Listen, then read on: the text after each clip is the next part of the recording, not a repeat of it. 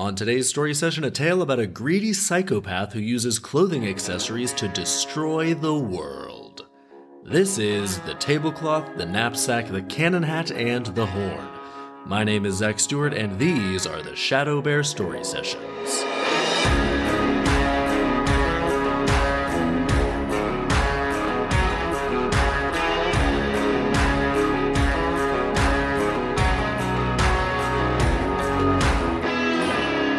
Welcome to the ShadowBear Story Sessions, the podcast about how brutally dark and totally insane folktales and fairy tales used to be, which in my opinion just made them way better and more entertaining. So I've got the most true to the original version of Grimm's fairy tales that I could find, and we're going through it front to back, story by story. We'll figure out the unintended lesson that each story teaches, and at the end of each episode, I'll adapt the tale into a movie or TV show. So let's get right to it with today's tale titled The Tablecloth, the Knapsack, the Cannon Hat, and the Horn. Another one of those listy titles. We begin. Once there were 3 brothers from the region of the Black Mountains. Originally they were very poor and traveled to Spain, where they came to a mountain completely surrounded by silver. The oldest brother took advantage of the situation by gathering as much silver as he could carry and went back home with his booty. The other 2 continued traveling and came to a mountain where nothing could be seen but gold. One brother said to the other, "What should we do?" The second took as much gold as he could carry, as his older brother had done, and went home. However, the third wanted to see if he could have even better luck and continued on his way. Okay, this guy might be getting a little greedy now, but let's see how this works out. He walked for 3 days and then entered an enormous forest. After wandering about for some time, he became tired, hungry, and thirsty, and couldn't find his way out of the forest, so he climbed a tall tree to see if he could catch a glimpse of the end of the forest. However, he saw nothing but the tops of trees. His only wish now was to fill his body once more, and he began climbing down the tree. When he got to the bottom, he noticed a table covered with many different dishes underneath the tree. Guess he didn't see that on the way up. He was delighted by this and ate until he was full. After he had finished eating, he took the tablecloth with him and moved on. Whenever he got hungry or thirsty again, he opened the tablecloth and whatever he wished for would appear on it. Well, that is insanely lucky. He just found a magic tablecloth underneath a tree, similar to the magic table from a previous episode. Maybe this is just a hallucination, and he's actually just in the process of dying, and in reality, he just ate a bunch of pine cones. But how would he have known that it was the tablecloth that was magic? He just got to the bottom of the tree and saw a big table with a bunch of stuff on it. How would he know that, oh, if I take this tablecloth, it will produce this multiple times whenever I choose? So he could just know that. Anyway, we continue. After a day's journey, he encountered a charcoal burner, who was burning coals and cooking potatoes.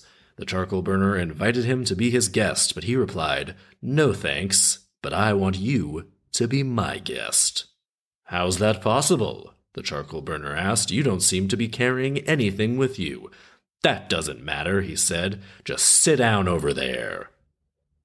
I added a little attitude to the way he said that, just kind of getting a vibe from this guy. Then he opened his tablecloth, and soon there was everything and anything one could possibly wish for. The charcoal burner enjoyed the meal and wanted to have the tablecloth. After they had eaten everything, he said, "How do you like to trade with me? I'll give you an old soldier's knapsack for the tablecloth. If you tap it with your hand, a corporal and 6 men armed from top to bottom will come out each time you tap.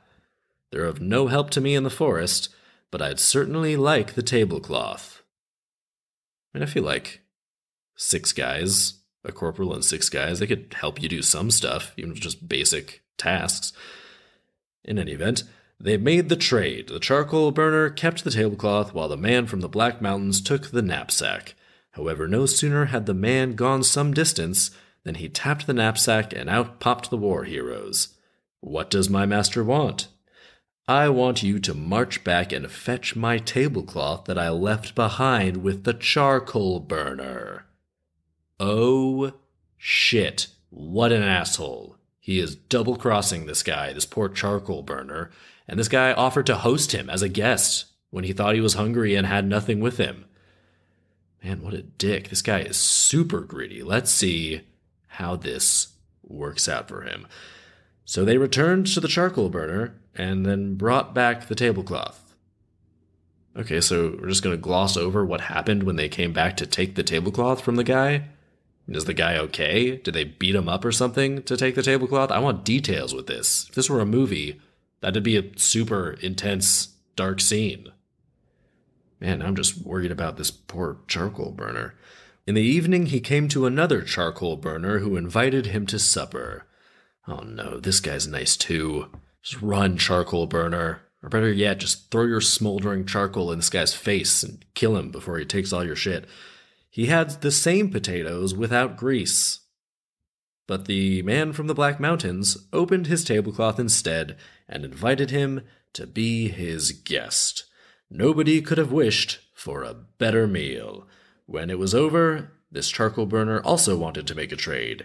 He gave the man a hat for the tablecloth. If the man turned the hat on his head, cannons would fire as if an entire battalion of soldiers and battery were right on the spot. Okay, well, this hat sounds cool in theory, but in practice, this would be unbelievably dangerous to own. You could just be adjusting your hat because it's sunny or something, and the next thing you know, you've accidentally started blasting cannon fire out of your head and destroyed your entire house. When the man from the Black Mountains had gone some distance, he tapped the old knapsack again, and the corporal and his 6 men were ordered to fetch the tablecloth again. Alright, he's essentially just wandering around stealing from peasants at this point.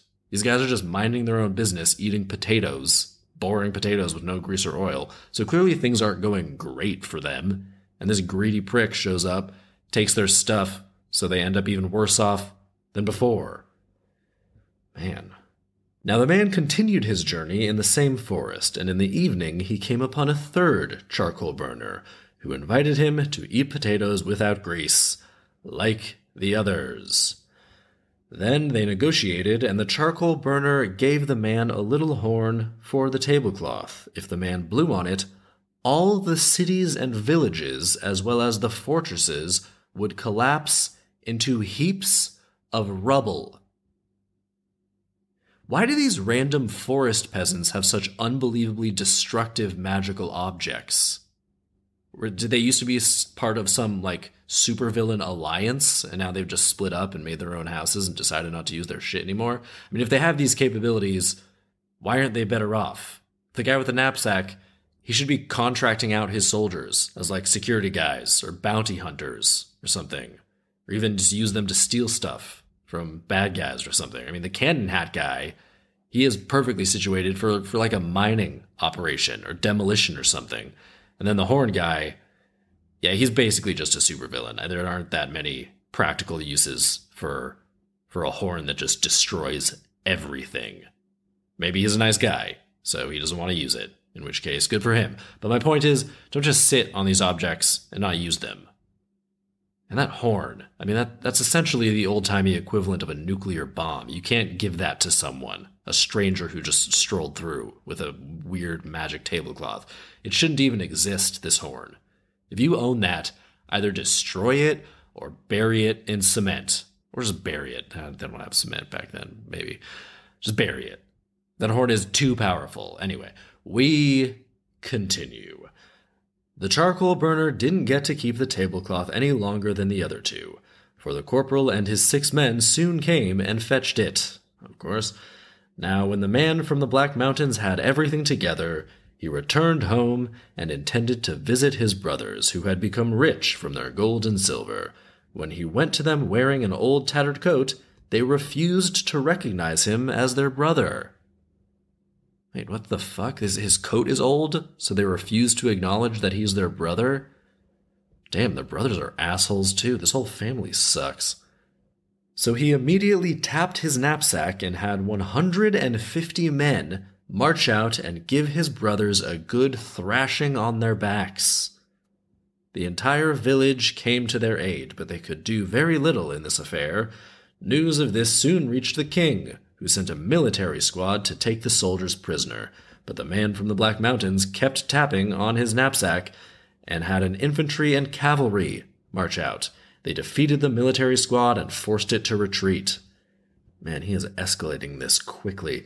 The following day, the king had even more soldiers sent to bring an end to the old guy.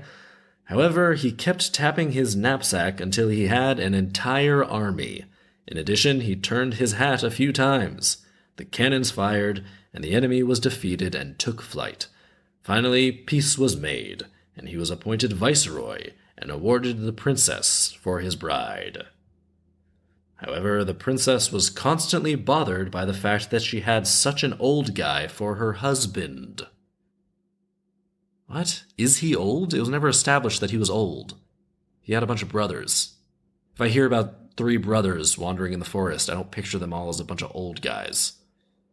And also, I guess she wasn't bothered that he essentially declared war on her kingdom and just murdered a bunch of people. Killed who knows how many people he killed, destroyed a bunch of shit with his cannon hat. All of that was totally fine by her, but the fact that he was old, it's too much. Too much. She just can't get past that, I guess. Her greatest wish was to get rid of him. Every day she tried to discover the source of the power that he used to his advantage. Finally, since he was so devoted to her, he revealed everything to her. She managed to talk him into giving her his knapsack, whereupon she forced him out. Afterward, when soldiers came marching against him, his men were defeated. However, he still had his little hat, so he turned it and had the cannons fired. Once again, he defeated the enemy and peace was made. I don't know if you could say peace was made. This is clearly very contentious. Lots of people are still dying. I mean, there's soldiers that they created out of thin air, I think. So are people dying, or are these just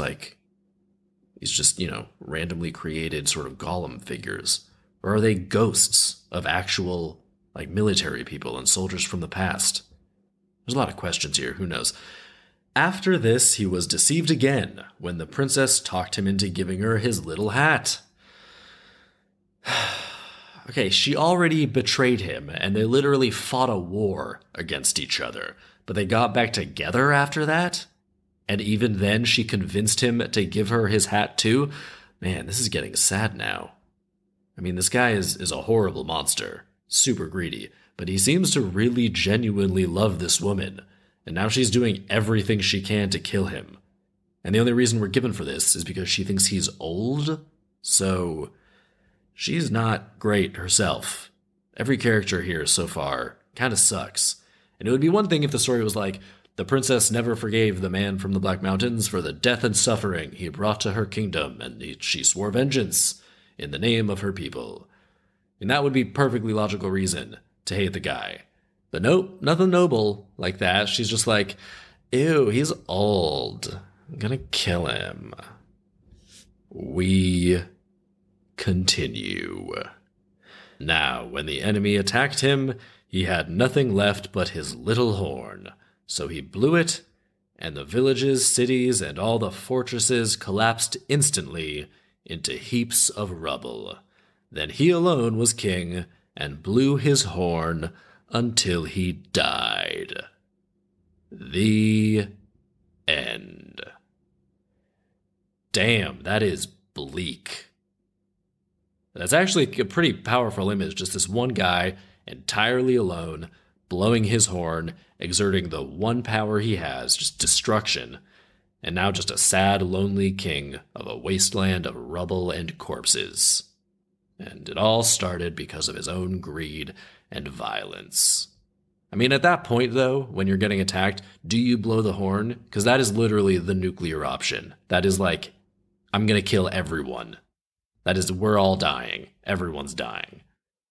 You'd think even at that point, just don't blow the horn. You'd be like, all right, this has not gone well for me, but I'm not going to destroy every city and village and every single person that's living.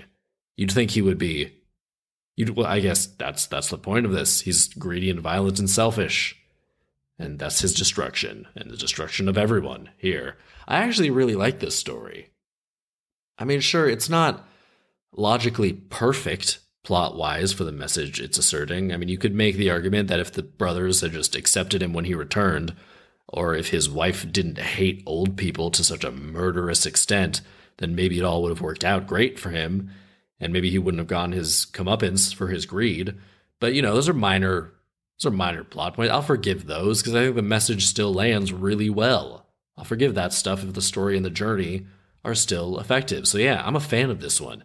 But I do have to ask, why weren't the charcoal burners doing anything with their crazy violent magic stuff? And the only answer I can come up with is that they were all too kind-hearted and didn't want any suffering or destruction, so they didn't use their violent magical objects, which is very noble and is actually in line with the theme and message of the story. The charcoal burners in the forest, who don't seem to be doing great, still seem happy and content, and each of them generously offer to host the main character and to give him food. So that all really says a lot about their character, and also makes it clear that our main character here is a totally unrepentant asshole and a terrible person. However, if that was the case, and the charcoal burners didn't want any suffering, they shouldn't have given away their violent magical objects. Too much power in those objects, as we clearly saw. But, well, if they hadn't traded their objects, then there'd be no story. So again, I'll forgive it. All right, what are the lessons here? I think the intended lesson is pretty clear and pretty well expressed. If you live your life greedily and violently and victimize others with your greed and violence, then it will only lead to others victimizing you with their own violence and greed. And the only endpoint of violence is the destruction of everyone. It's the only logical endpoint to the cycle of violence. Violence might put someone on top temporarily, but it starts a natural cycle that only leads to more violence until everyone involved is ultimately destroyed by that violence, and it's just one asshole blowing a horn on a pile of rubble. This lesson actually is particularly relevant at this time with what's going on in the world. So it's actually kind of crazy that we just happened to come to this story at this exact moment. But okay, I think another lesson here is that there are different types of power. The tablecloth with all the food, certainly powerful, but the effects of that power are much more able to be used positively. So the question it leaves with us is, what type of power do you want to pursue? You think about what sort of things you want to be able to achieve or to contribute to the world, and then think about what type of power will allow you to do that. And then how can you put your energy towards obtaining that type of power? Because we can't forget about the first two brothers as well. I like that they were a part of this. You can't forget their role here, because they were less greedy than the last brother, the protagonist, and they happily took their wealth and made nice lives for themselves, but they were selfish with their wealth. I thought that was, it was sort of, it stuck out as a moment when they spurned their brother. Their brother came back, and they were cold and hostile and judgmental based on just what he was wearing and unwelcoming. And so the charcoal burners had so much less, but were welcoming and generous with what they have. And after the main characters swept through and took their magical objects, sure, they didn't have that magical objects, but it was made clear that they weren't using the magical object anyway, so ultimately they weren't really any worse off than before. And they're the only ones who, by the end of the story, aren't worse off. Everyone else is either greedy or violent or selfish, and that leads to their ultimate demise and their death. So the brothers, they were less greedy than the last brother, sure, but they were still greedy and selfish, and that's what led to their downfall. And then the princess was also hostile and violent and judgmental about age, of all things, and ultimately that led to her downfall. So yeah, the story shows that greed and violence and selfishness will only lead to your downfall by the same means. So put your efforts towards a more positive form of power that will bring other people up right along with you. And as you bring them up, they'll bring you up too. If you make other people's lives better, then they'll make your life better. So if you make other people's lives worse, they'll make your life worse. You reap what you sow. That kind of thing. And lastly, if you have a horn that destroys fucking cities, bury that shit. No good will come of it. And this leads to the final lesson of the story. Don't give a stranger weapons. That's basically what the charcoal burners did. Not a smart move. Why would you give a stranger something that they can immediately use against you? I mean, if you were walking down the street and saw some random guy with a pizza, even if you were hungry, would you be like, hey, if you give me that pizza, I'll give you my gun? No, you obviously wouldn't, because the second you gave that guy your gun, he'd just point the gun at you and say, give me back my pizza or I'll shoot you. So while I do really like this story, the charcoal burners, not super clever guys. We'll just say that. And I guess we knew that, because if you had the ability to summon a literal army to do your bidding, but were still living in the forest eating boring potatoes with no oil or spices, I think it's safe to say you're not utilizing all of the tools at your disposal. You don't have to use them for war, the army guys. You could summon all these guys and just be like, hey, let's build a house. Or let's all start making tables and chairs out of all these trees around here. Boom, you've got a furniture company.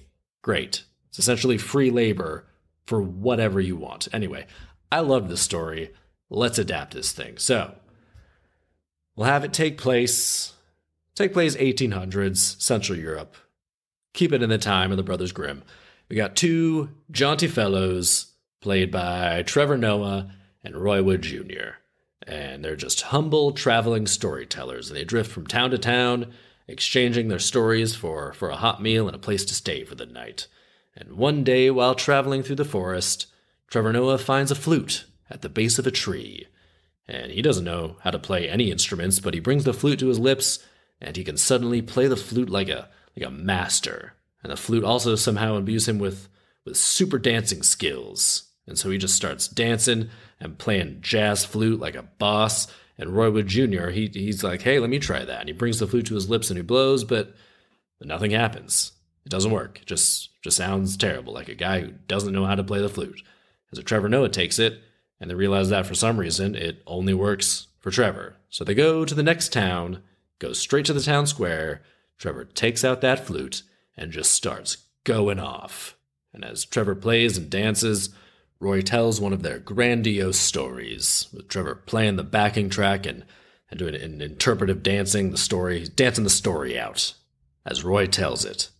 And everyone's like, my God, that fluting and dancing, he's incredible. And they all just dump loads of money into the hat that they set out.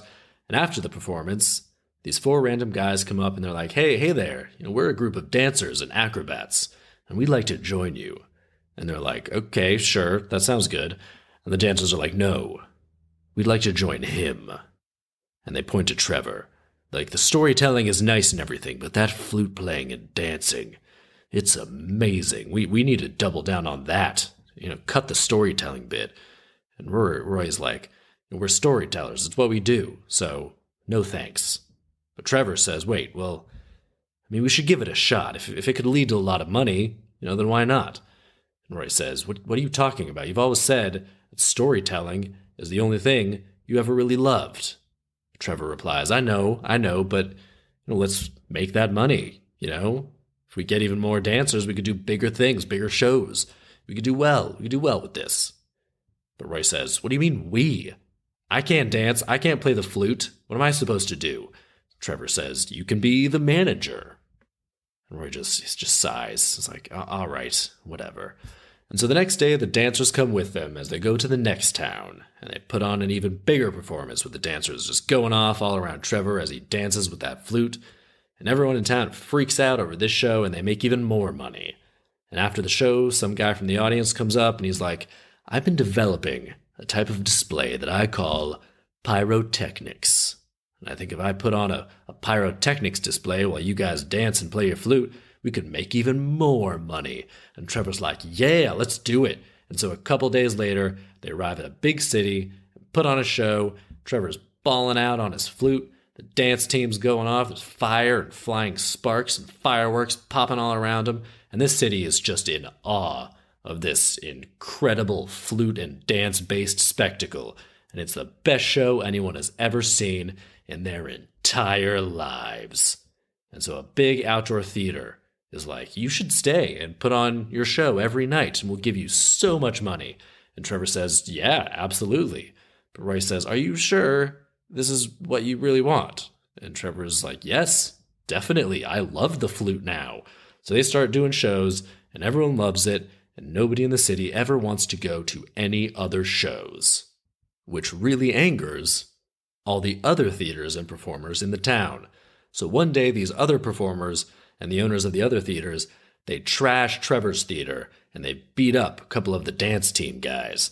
And Trevor's like, how dare they? Get ready, everyone. Get ready, Roy. We're going to war. We're going to theater war with the other performers. And Roy's like, what is happening, man? Look at yourself. We never wanted this life. Theater war? What are you talking about?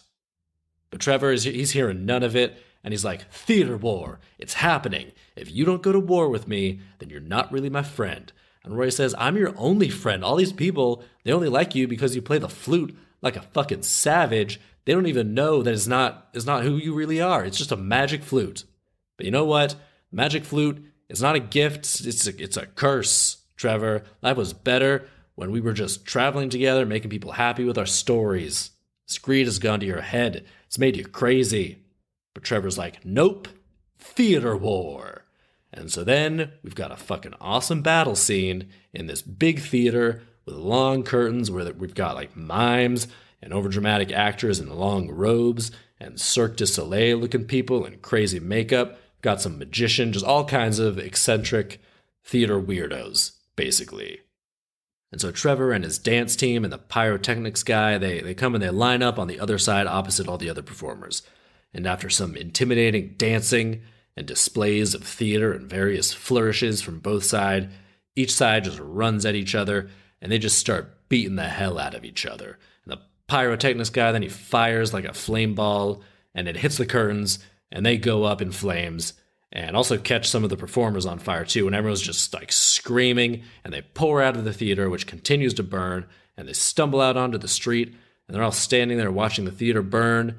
And Trevor and Roy briefly lock eyes, and then one of the magicians turns to Trevor, and he's like, you see what you've done? This is your fault. And they're about to start fighting again when Trevor says, no, stop. This has gone way too far. You all started performing because you love it, right? But at some point along the way, it just became about the money and the attention, and that greed has poisoned us against each other. We should just go back to doing what we love because we love it. And then Trevor takes out the magic flute, and he just snaps it in half, and everyone gasps. And he just turns to Roy, and he says, let's go, Roy.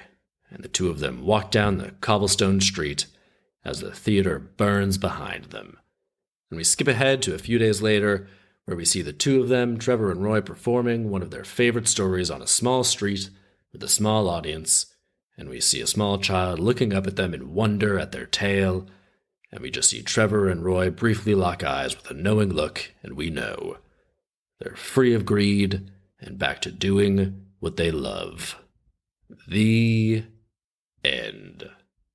And that will do it for this week's story session. Don't forget to rate, review, and subscribe. Come on back next week for a story titled Mrs. Fox. Is it going to be an actual fox or just some lady with the last name Fox? The one and only way to find out is to come back next week. There is no other way to know what happens in this Grimm's fairy tale because I refuse to acknowledge the existence of the internet. I mean, the internet is how I get this podcast out, but it is my firm belief that the internet should never be used for informational purposes. Just streaming services and podcasts. And cute videos of puppies and kittens and things like that, and news bloopers. Yeah, those are pretty good. I recently saw a 10-minute video that was just a miniature schnauzer getting a haircut at like a Japanese dog groomers. And you know what? I watched the hell out of that video. I watched every minute of that schnauzer getting a haircut, and it was fucking great. And on that note, come on back next week for the tale of Mrs. Fox. My name is Zach Stewart, and these are the ShadowBear Story Sessions.